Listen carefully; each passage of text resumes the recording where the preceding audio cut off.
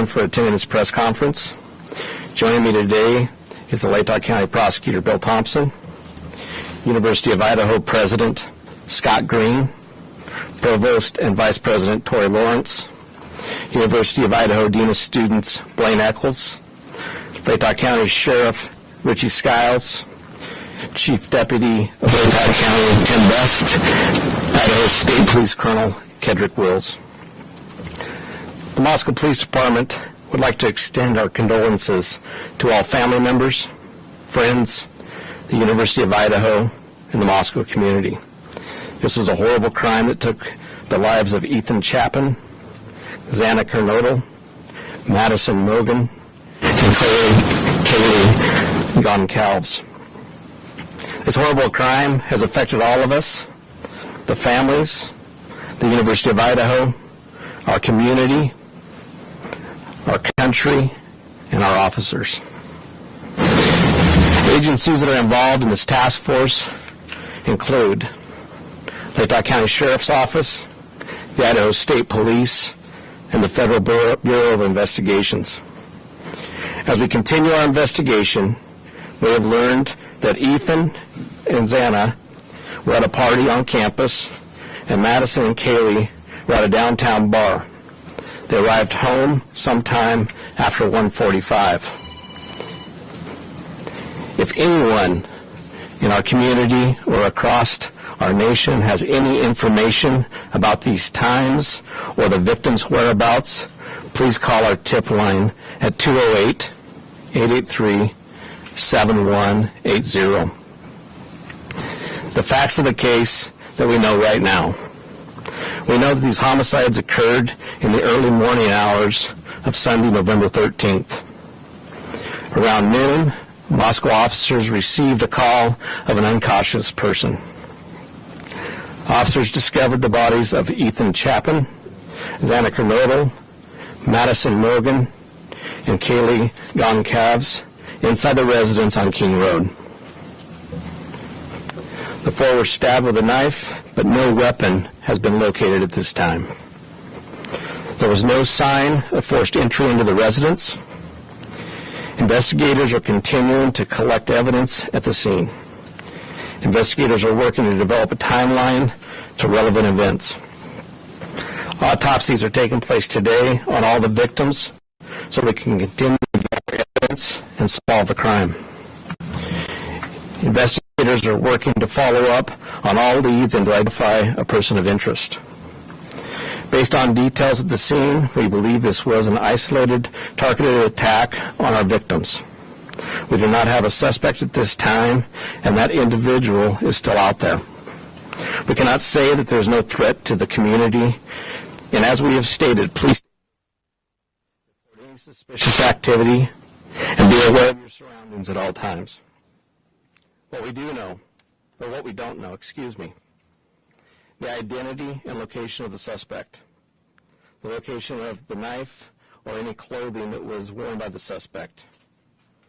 Currently, we have 25-plus investigators working this case, as well as assistance from the Federal Bureau of Investigation and the Idaho State Police. We're reviewing video that has been collected, but we're asking citizens to contact us with any information you may have that will help in this investigation. Once again, we're asking anyone with a tip to call the tip line at 208-883-7180. At this time, I would like to introduce the University of Idaho President, Scott Green.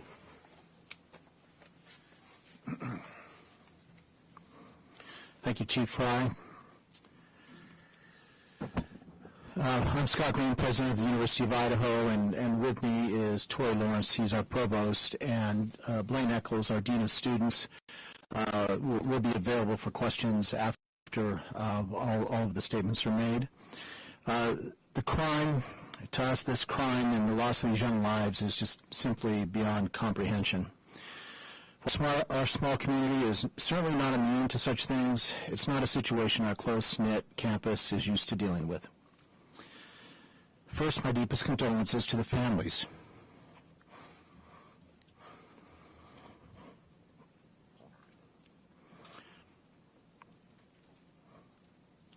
and friends of Ethan, Kaylee, Zena, and Madison.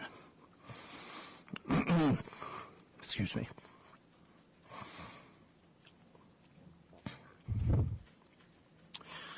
Their loss has been devastating, and they were bright lights in our community and are deeply missed and remain in our thoughts and our prayers.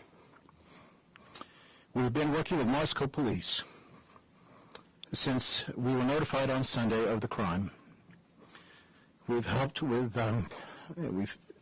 asked and continually pushed for information whenever possible, knowing that we cannot interfere with the important work and good investigations that are occurring. We just want justice for these victims. Our focus at the university is to support our students and our employees. We are encouraging students and employees to take care of themselves as we head into Thanksgiving break. I want to take a moment to commend our faculty and staff who have been on the front lines helping our students, whether that is providing counseling to those in need of support, accommodating those who want to travel home, or engaging those who find comfort in staying busy interacting with their peers and our instructors in class. Our employees stepped up when our students needed them. While we have relied heavily on the expertise of Moscow police, we feel confident that remaining open with flexibility to leave allows our students to decide what is best for them. The weeks ahead will continue to challenge us as this loss and the circumstances around this crime become known. We will support each other as we grieve, and we'll move through this together as a Vandal family. Thank you. I'd like to have Colonel Kedrick Wills come to the podium, please. Good afternoon. My name is Kedrick Wills. I serve as the director of the Idaho State Police. And as we have this discussion today, I'd like to express my appreciation for your attendance here, because it's important, vitally important, that we get the information that we have out to the public. Crime knows no boundaries, and these murders have shaken us to our very core. You heard the university president as well as the chief of police talk about this small community, and it's a very close, tight-knit community. And our hearts break for the families that lost their loved ones, the University of Idaho, the Moscow community, and even within our entire state. Be assured, the Idaho State Police is firmly in support of the work that the Moscow Police Department is doing, and we're providing every resource that we can to make sure that this comes to a conclusion, and that with the person or people that this is responsible are brought to justice. It's so important that you understand that this takes a team effort. This is teamwork with the university, with the Moscow City Police Department, the Latah County Sheriff's Office, the Idaho State Police, and the Federal Bureau of Investigation. It takes everybody to be able to do this. And it's a balancing act. It's a balancing act of getting the community the information that they need to have with making sure that we provide a case that the Latah County Prosecutor's Office can go forward with. Governor Little, Idaho's governor, has assured me that the full weight of all the resources we have within our state are available to Chief Fry and to his team. Our crime lab is also involved with processing evidence, and our law enforcement throughout the region, state and federal agencies continue to provide resources. From the Idaho State Police's perspective, we provided detectives here from this area, as well as detectives from out of the area, state police detectives, as well as patrol resources and communication assistance as well to provide for Chief Fry and his team. Following this briefing, our communications director from the Idaho State Police, Aaron Snell, if you'd raise your hand, Aaron, he will be the contact for all press media inquiries from here on out. He'll be working closely with Chief Fry and his team. And we have additional, like I said, additional patrol and investigation resources brought to bear here as well. We want to do everything we can to make sure that this is done correctly and that the people that are responsible for this are brought to justice.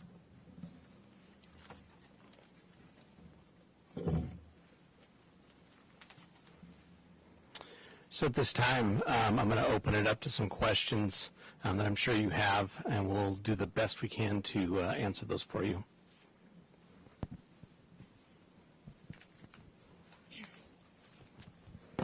Hello, Chief Ray. Hello. Thank you for having us.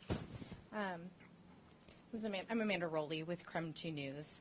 You mentioned that there's an indication that it's an isolated, targeted incident, and there is an individual somewhere. Can you give us a reason as to why there's that belief there is a suspect? And can you also give a little more information on the forced entry? There's no sign of forced entry, but was the door, did it seem like any of the entries were left unlocked by any means? I'll answer the last part there just because it's at the front end of my mind. We're not 100% sure if the door was unlocked, but there was no damage to anything, and the door was still open when we got there. And my first question, Yeah. if you'd like me to. No, I think I haven't. In these cases, we take the totality of the things that we see, and they're very dynamic, right? And they're very big, and there's a lot of information, and we try to take that information, and some of it we can't share with you, correct? But we try to take that information, we try to make the best educated decision we can. We review that as a team with our detectives, along with our prosecutors, along with the university, and we try to make that best decision on that. So we, at that time, believe that there was no a threat, and our goal is to provide safety for this community. That's why we're bringing in the resources we're bringing. We want a close to this, and we want to do everything we can to let the people in our community know that we care. We want them to feel safe. We want them to be safe, and we're going to do everything we can to do that. And if I could add one more question. You asked for videos or anything from the community to help put together that timeline. We obtained a copy of Twitch video, and family members of the Gonsalves family were able to identify Maddie and Kaylee in those videos at a food truck ordering food. Is the police department, our investigators, aware of that video, and has it helped put together that timeline? We are aware of that video, and it has helped. It gives us a time and space where we know that two of our victims were, and that helps us a ton, and we'll continue to follow up all leads that we can and continue to gather those. Any indication of a party at the home that night? This will be the last one, okay, I understand. Not that we know of, not at the home. We know that the other, let me get the names exactly right here. We know that Zaina and Ethan were at a different party on campus. Thank you. But that timeline will still help us if other people know about that. Thank you.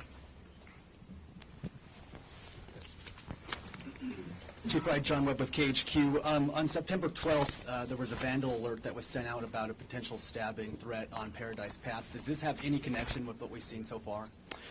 Not that we know of it, but we're following up every lead. Every piece of information we get, we are following up to ensure that nothing has gone unturned. We want to have the individual identified, who is the suspect of this eventually. So we are literally looking into every aspect of everything. And you guys have said repeatedly that there's no threat to the public, but we don't know who the suspect is. We don't know where he's at. How is there no threat to the public at this point? Well, that's kind of an unknown. Like I said, we took the information that we had at the time, but we do need to be aware. The individual is still out there, right? We need to be vigilant. We need to watch out for our neighbors. We're a community policing community. We've said that for years, and it's a community that watches out for each other. We need to continue to do that until we can close this off and make an arrest. Why has there been such limited information over the past couple of days? I mean, we're almost 4 days into this. Why has it been so limited? Yeah, it's a difficult, we have a lot of information coming in, and, we have tried to push out some information through press releases, but the reality is, I probably should have been standing here a day or so ago, but I'm here now. We're going to continue to be here. We're going to continue to give you the information we can. We care about this community. I care about this community. I've worked here for 27 years. I want this community to be the safest community around. So the mayor's called it a crime of passion. Is there any indication that that's true? We're looking into every aspect of this. I'm not going to stipulate whether it's one thing or another. We're going to continue to investigate until we have the facts, because really it's the facts that will drive what the cause of this is, and as we gather evidence, we'll get that. So, One last somebody else? question, if I could, Chief. Have we looked at any boyfriends or any ex-boyfriends, any spouses as a potential suspect? I will tell you, we're looking at everyone. Every tip we get, every lead we get, there's no one that we're not going to talk to. There's no one we're not going to interview. There's no one that we're not going to look into. And we're going to do our due diligence. We're going to make sure that nothing goes unturned, and that we do everything we can with the assistance of all the resources we have to get a final answer. Thanks, Chief Ryan. So there were, sorry, I'm Emma Epperly with the Spokes Interview. Hi. So there were other roommates who lived at that residence. Were the roommates home at the time of the attack? There was other people home at that time, but we are not just focusing just on them. We're focusing on everybody that may be coming and going from that residence. So since they were home, was it a hostage situation? No, it was not. And then they didn't call it into police, so were they injured? They were not injured, but like I said, we're still following up with everybody that could have been in that area. And how can you say it's a targeted attack if you don't have a suspect? Like I said, we take the totality of the situation. We try to make the best bit of information we can with everything that comes in, and then we make our decision off of that. So at this time, I'm not going to expand upon that. But like I've said, we do have a suspect out somewhere, and we are looking for that individual to solve this. Hi, Rachel Sun, Northwest Public Broadcasting. I just want to clarify something you said earlier. Over the past couple of days, the information that we've been getting is there is not a threat to the public. And earlier I heard you say you can't be sure that there is no threat. I just want to clarify what your stance is on that at this time. So we still believe it's a targeted attack. But the reality is there's still a person out there who committed 4 horrible, horrible crimes. So I think we got to go back to there is a threat out there still, possibly. We don't know. We don't believe it's going to be to anybody else. But we all have to be aware of our surroundings and make sure that we're watching out for each other. Okay, and then one other follow-up. I know you said when the call came in, it was for an unconscious person, and also that was a stabbing. It seems, just from an outside perspective looking in, like that would be not the first thing a person calling in would think. You're right. But the report that we got was that it was an unconscious individual. It wasn't until our officers arrived on scene, went in to do caregiving check on the individual who was unconscious, that we found the scene that we found. Okay, thank you. Yeah. Hi, Heather Roberts with ABC News. Just to follow up on what she asked, so the other 2 roommates were there at the time of the attack? All the information that we have from our investigation is that, yes, they were. Okay, but they were unhurt. That is correct. So is there any explanation as to why it took so long then for someone to call 911? You have surviving witnesses to an incident at 3 or 4 in the morning, and the 911 call didn't come until noon? I don't think I ever said that they were witnesses. I said they were there. So, we don't know why that call came in at noon and not in the middle of the night. Would have we loved for that to have happened? Yes, but that's not how it took place. So that's why we're investigating everything still, to try to pull all the pieces together. Were they one of the people, were they the 911 caller? At this point in time, I'm not going to divulge who our 911 caller is, just because I want to keep the integrity of the investigation at this point, okay? Okay. And last question, are you able to tell whether the same weapon was used on all 4 victims? That's why we're having the autopsies done. The autopsy will confirm that and hopefully collect some evidence for us, even from those. That's why you do the autopsies, is to try to be thorough and try to gather more. So we'll leave that would probably be something that would come out later. Okay. Excuse me, Derek Shug, Fox News Digital. Was there anything missing in the home, or Were the purses still there? Any robbery attempt, anything like that? Nothing that we have identified. And I'm going to take about 2 more questions, all right? Hi, I'm Tim with the Daily Evergreen. I was just wondering, were the 2 other individuals present at the home when police responded at noon? Yes. Okay. Chief, if you don't mind elaborating a bit more on those 2 people. Well, was it 2 people? What have those people shared about the circumstances of that night, what they saw or didn't see? Well, I'm not going to go into what they shared that night. Obviously, that's part of our investigation. That's part of the information that we're trying to build our complete story with. So as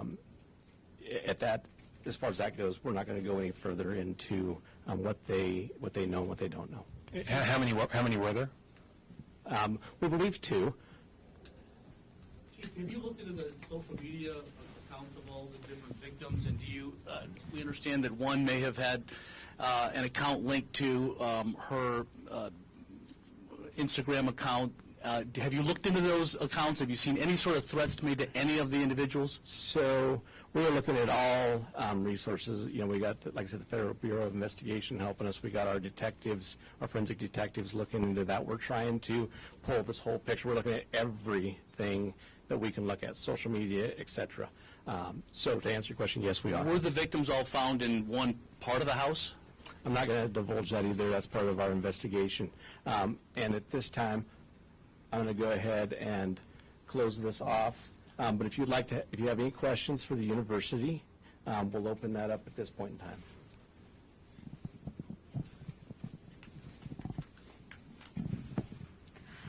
Who has not had a chance to ask a question? Yes, over here. Me? Yes. Here and then here. Oh, okay. Actually, I had a question for the chief, so I don't know. Okay, well, we'll pass it. What is the university doing to make their students feel safe? Yeah, great question. At this time, I think I'll turn this over to Blaine, who's been dealing directly with our students and dealing with those that truly still feel unsafe despite some of the assurances and things that we're doing. Blaine? Yeah, absolutely. Thank you for the question. A question of safety is on everyone's mind right now. We have increased campus safety patrols. Our Executive Director of Campus Safety and Security, Jake Nichols, is out in the hallway actually here, and so I'm sure he'd be able to answer some of those questions. We have a campus safety escort where students can call 24 hours a day, 7 days a week to arrange for a security escort to be escorted across campus during the day or night. It doesn't matter at any point in time. We're also providing resources to students to help them navigate through this from an emotional standpoint. We've had drop-in counseling that has been utilized both in our counseling center as well as the student union building. And we're also supporting students, like President Green indicated, that if they want to leave and go home now, they absolutely can. We're going to support them in doing so. Many students have questions about their academics and whatnot, but this is a very dynamic, fluid situation, and we want to make sure we're supporting students and their families to get through this the way that they need to. Yeah, absolutely. Washington State University is about 8 miles that way. What would you suggest that Wazoo does to make their students feel safe if they're unsafe?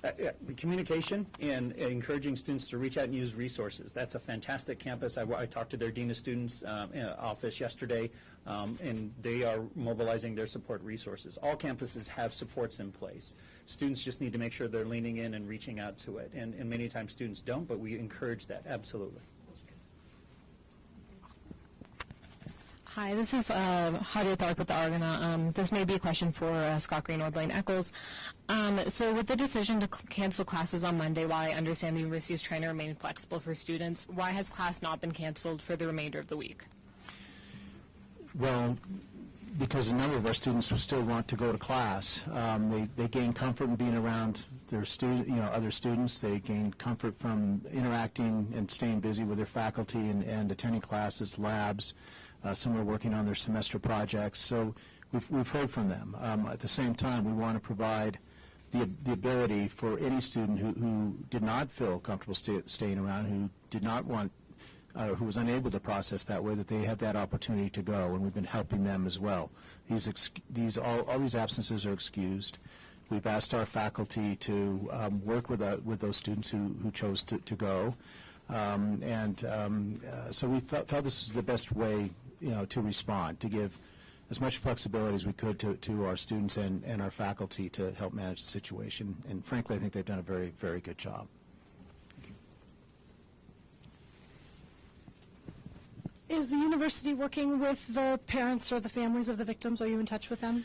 They are. I'll turn that back over to Blaine. I know he's been we both have been in contact with the families, but he's been very close to it. And so, Blaine, you want to take that question? Absolutely. You know, one of the hardest jobs I have is talking to parents of students who have died. It's the absolute worst part of my job. And so I've reached out and made contact with all the families. We've offered our support, and we're going to stay in constant contact with them. I communicated with them almost every day. We usually give a little space and time before we reach out, just for the sheer shock of absorbing the loss of a child and what that looks like. But we're going to stay in support of them moving forward for the weeks and months to come, and in whatever capacity they need. We've talked to a few of them, and they've expressed some frustration with the lack of communication from investigators and from the officials involved on that side of it.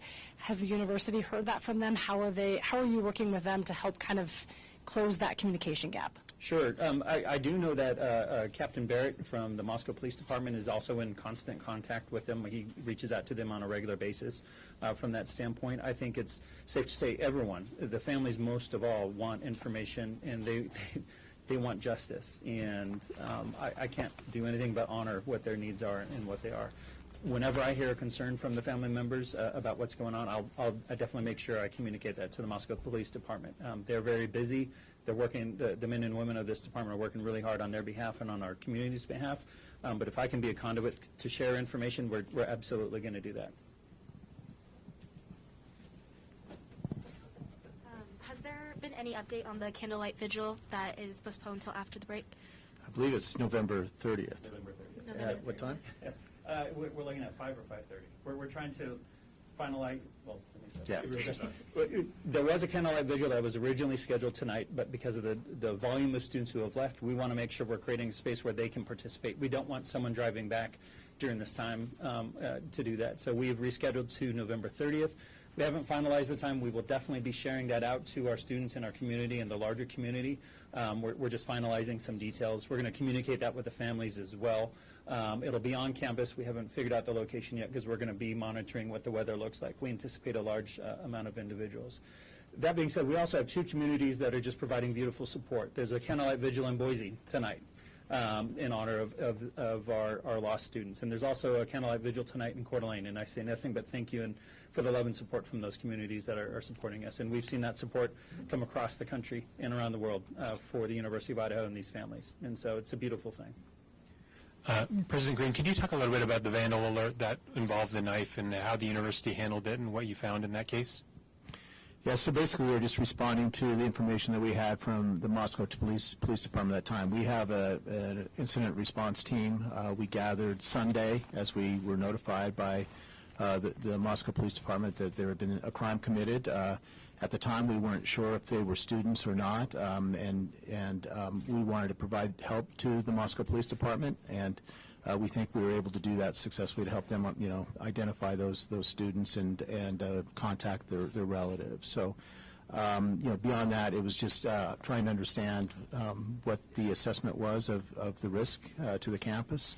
And we relied on our subject matter experts, as you've heard. They know more than any of us about this, and then based on that, we started making decisions about how to move forward this week. Yeah, and so what were those decisions around that initial alert? What was the conclusion you had at that point about the level of risk? Well, of course, your first, in the first vandal alert, it was high risk. We had really no information, and we asked our students to shelter in place, and until we got the all clear, it wasn't an all clear, but a reduced risk where we could where students could start to move around more freely. We had people sheltering in places like the library and the Pittman Center and places around campus, and we didn't want to keep them there all night if we didn't have to. And so as soon as Moscow Police Department determined that it was safe for them to begin moving around but be vigilant, we sent the other vandal alerts. Yeah, my apologies. I was referring to the earlier vandal alert involving the threatening with the knife that happened in September. Yeah, you want to respond to that? Thank you, Blaine. So that vandal alert, we had a group of students walking back to Greek Row from a location off campus. They encountered an individual who was not affiliated with the university. They got into, from my understanding, a verbal altercation, and he ended up flashing a knife at them. It was not a stabbing. It was not a stabbing attack. It was a threat, to the best that we know.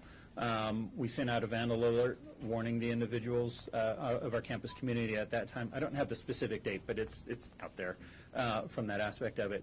And it's my understanding that individual then later turned himself into law enforcement, and they've addressed what that happens. So it's not connected in any way to this homicide? That's a question for law enforcement. You know who he is? September 12th. I know about the incident. I don't know the individual because he's not affiliated with the university. So my understanding, he turned himself into law enforcement. So I can't answer the question of whether he's connected with this or not. So we want to thank you again for coming. That's going to be all the questions we take at this time. We appreciate you coming and spending time with us, and we will continue to put out information as we have time. And we want to reassure the community that the Moscow Police Department and everybody working on this will do everything we can. We love this community. We've a lot of us have went to the University of Idaho, and we are vandals, and we will do everything we can to solve this. Thank you.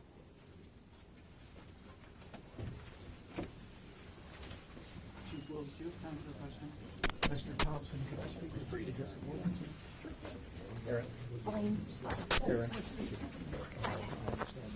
Kids coming back after Thanksgiving. Parents are reluctant for them to come back after the break. Is it still that message of? We're going to assess and evaluate as we kind of go along. Sure. We're a week and a half out from anything like that, so it's hard to say. Right. So we're going to bide our time.